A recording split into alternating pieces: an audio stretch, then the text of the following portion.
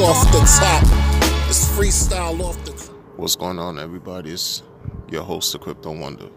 Hope you're doing well. Let's get right into it. So, November 13th of this year, November 13th is going to be a special day for those who hold hedron, icosa, etc., because that's going to be the HSI auction day, November 13th. So there's going to be a bunch of HSIs that's coming up for bid. HSIs are basically hex stakes, but they're hex stake instances. That's what HSI is the acronym for, hex stake instance. Beautiful situation because people will be able to use their hedron to bid on those stakes to acquire more hex. Right, and some of those HSIs are going to have multipliers. You know, the first 100 days when hedron was launched, every 10 days there was a multiplier that was attached to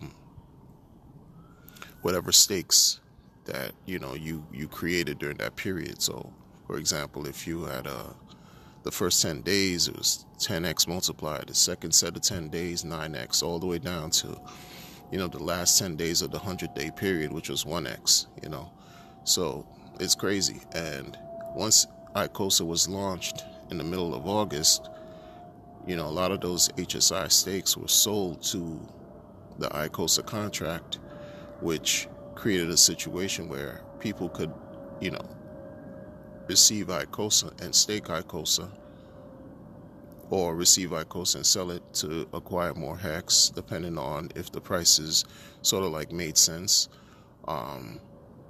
Or you could just simply stake icosa and earn icosa and hedron.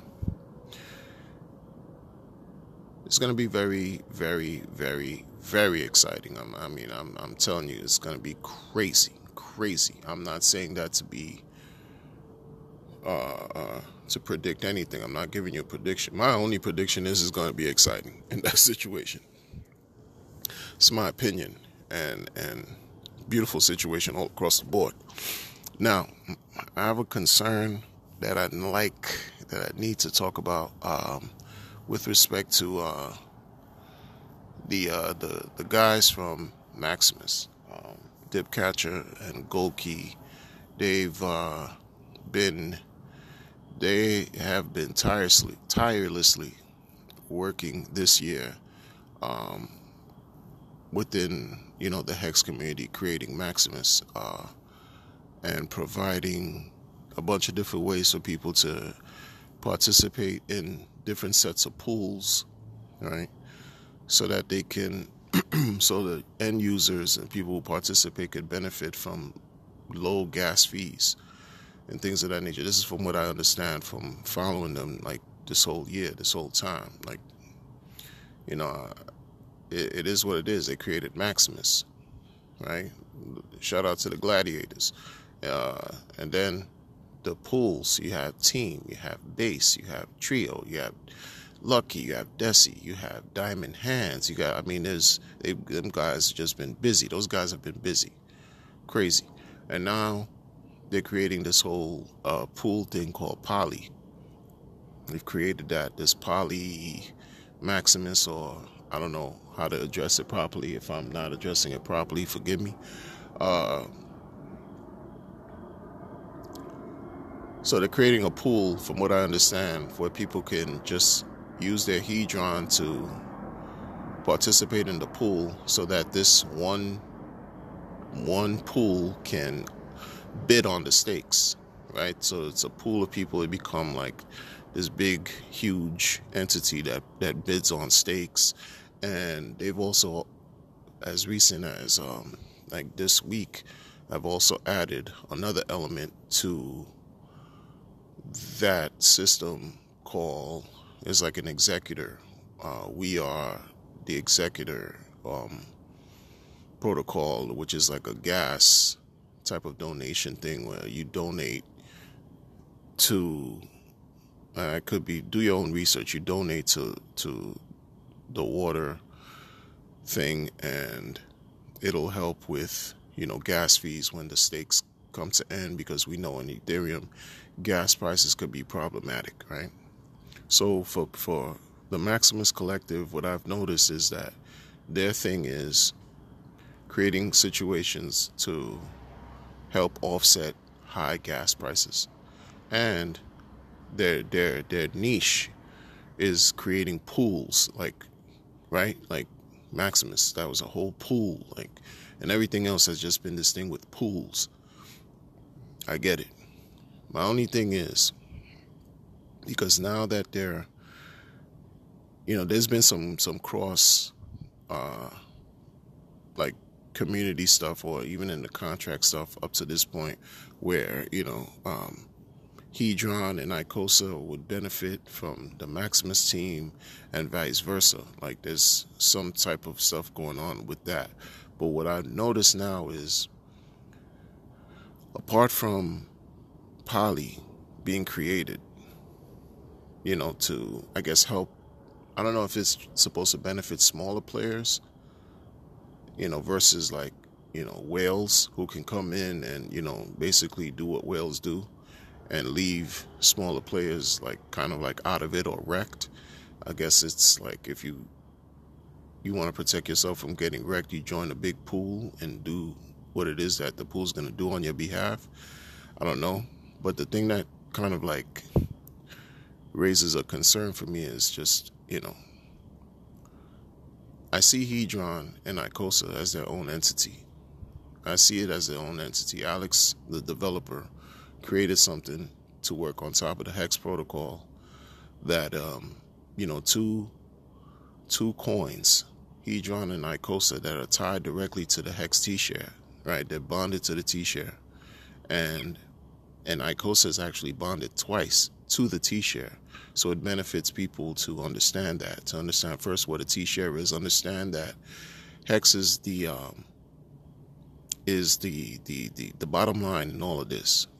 Before you even involve yourself with any of this, you should acquire Hex and learn about what Hex is, learn about what Hex does, learn about what a T-share is, how it performs, how over time it's just outperformed even the Hex token in 623 days. When Hex went up 10,000x in price, the T-share rate went up something like 14,000x, something crazy, right? I'm talking about something that was worth pennies or less than $1, like, cents, like 70 cents or something at its low or whatever, went up to $10,000 to acquire a T-share, which is crazy. Anyway, here we are with the guys from Maximus. My question to you guys is, for a person like myself, I prefer to do my own thing. I don't really have to use a pool. It doesn't benefit me, right? And when you using these things, as far as creating these things to get involved with another community, and it seems like because now I've heard something about, I've seen Dipcatcher's live streams, and I've been, following Dipcatcher this whole the whole year, off and on, especially when he was creating, these rage streams. Not rage in a way where he's angry, but just the coding. The guy is just, he shows what he does on live. These suggestions I'm hearing of the latest stream, actually today, I caught on the replay, suggestions on, I guess, if you hold poly or water, of things of how to get involved with the Hedron staking and icosa staking. But I'm saying to myself, but is there a problem with the Hedron staking and icosa staking as far as gas fees? Because you guys seem like you're addressing problems involving gas prices, right? Like, 15 years from now, with the way Ethereum is going at this rate, it seems like the gas prices are going to be crazy. We don't know if Ethereum is going to solve that by then. I'll cross my fingers and hope that they would, even though, Ethereum, I mean, what do you guys even think about Ethereum being OFAC compliant, where they promote censorship? right? Like they're complying with the regulations of OFAC. That's a whole nother thing, but still. And people are afraid to use the other proof of work chains to this day. I mean, you have your reasons, but I mean, folks are just, I don't know. But I digress. If you guys are getting yourself also involved with, I mean, you guys have done so much up to this point within the community. You carved out your own lane. You're the pool and gas fee masters. And that's respected for what it is. But I don't know if hedron, the community, and I'm speaking for myself as a retail investor and as a person who has skin in the game and everything that I just mentioned right here. I have skin in the game and everything. How would it benefit the hedron and icosa system if you choose to create something to get involved with the staking protocol or to be a big presence within the staking protocol? Like, I don't, and it's not just about not liquidating or diluting all the players, because hey, for what it's worth, even in Hex, when people come in, that affects everyone's. Everyone gets less payout every day.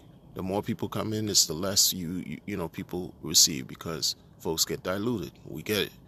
So open market is like that. But I'm seeing you guys are, it's sort of like you're very driven to establish your presence, right? You're very driven in doing that. But when it's too much, because it feels like there's a lot going on that may not be necessary to be going on. Like you're already creating poly Maximus hedron thing, right? I don't know if the next thing is going to be a poly Maximus icosa. I don't know. Well, my thing is, you guys got enough zeal and have done a lot so far, and basically are killing it. I wish that folks like Alex and yourself, your team, Dipcatcher and Gold Key, I wish you guys were working on Pulse Chain, because it seemed like you guys get stuff done.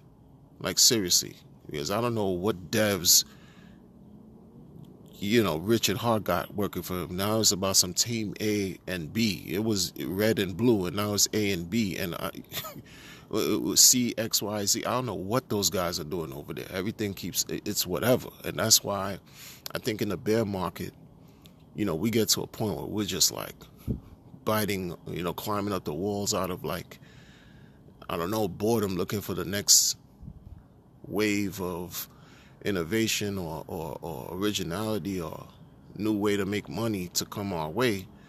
So we kind of like get, I don't know, focused or even obsessed with, looking for something new, forgetting that, listen, we got to stay focused and remain committed in what we're doing. But I don't know if you guys, if creating something that's going to even involve yourself with the Hex staking, I'm saying not Hex, hedron staking protocol and icosa protocol, if that's even really needed. It's like you guys are a recognizable force. We see it. But for me, I don't need you guys to do the work for me, even though I've supported, I have skin in the game and all the other stuff up to this point. You know what I mean?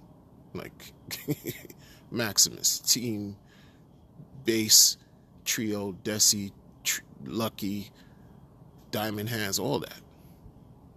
Because support, I see you guys are doing good work, a lot of good work, more than what other people are doing, because a lot of people, all they do is talk. They're not about anything.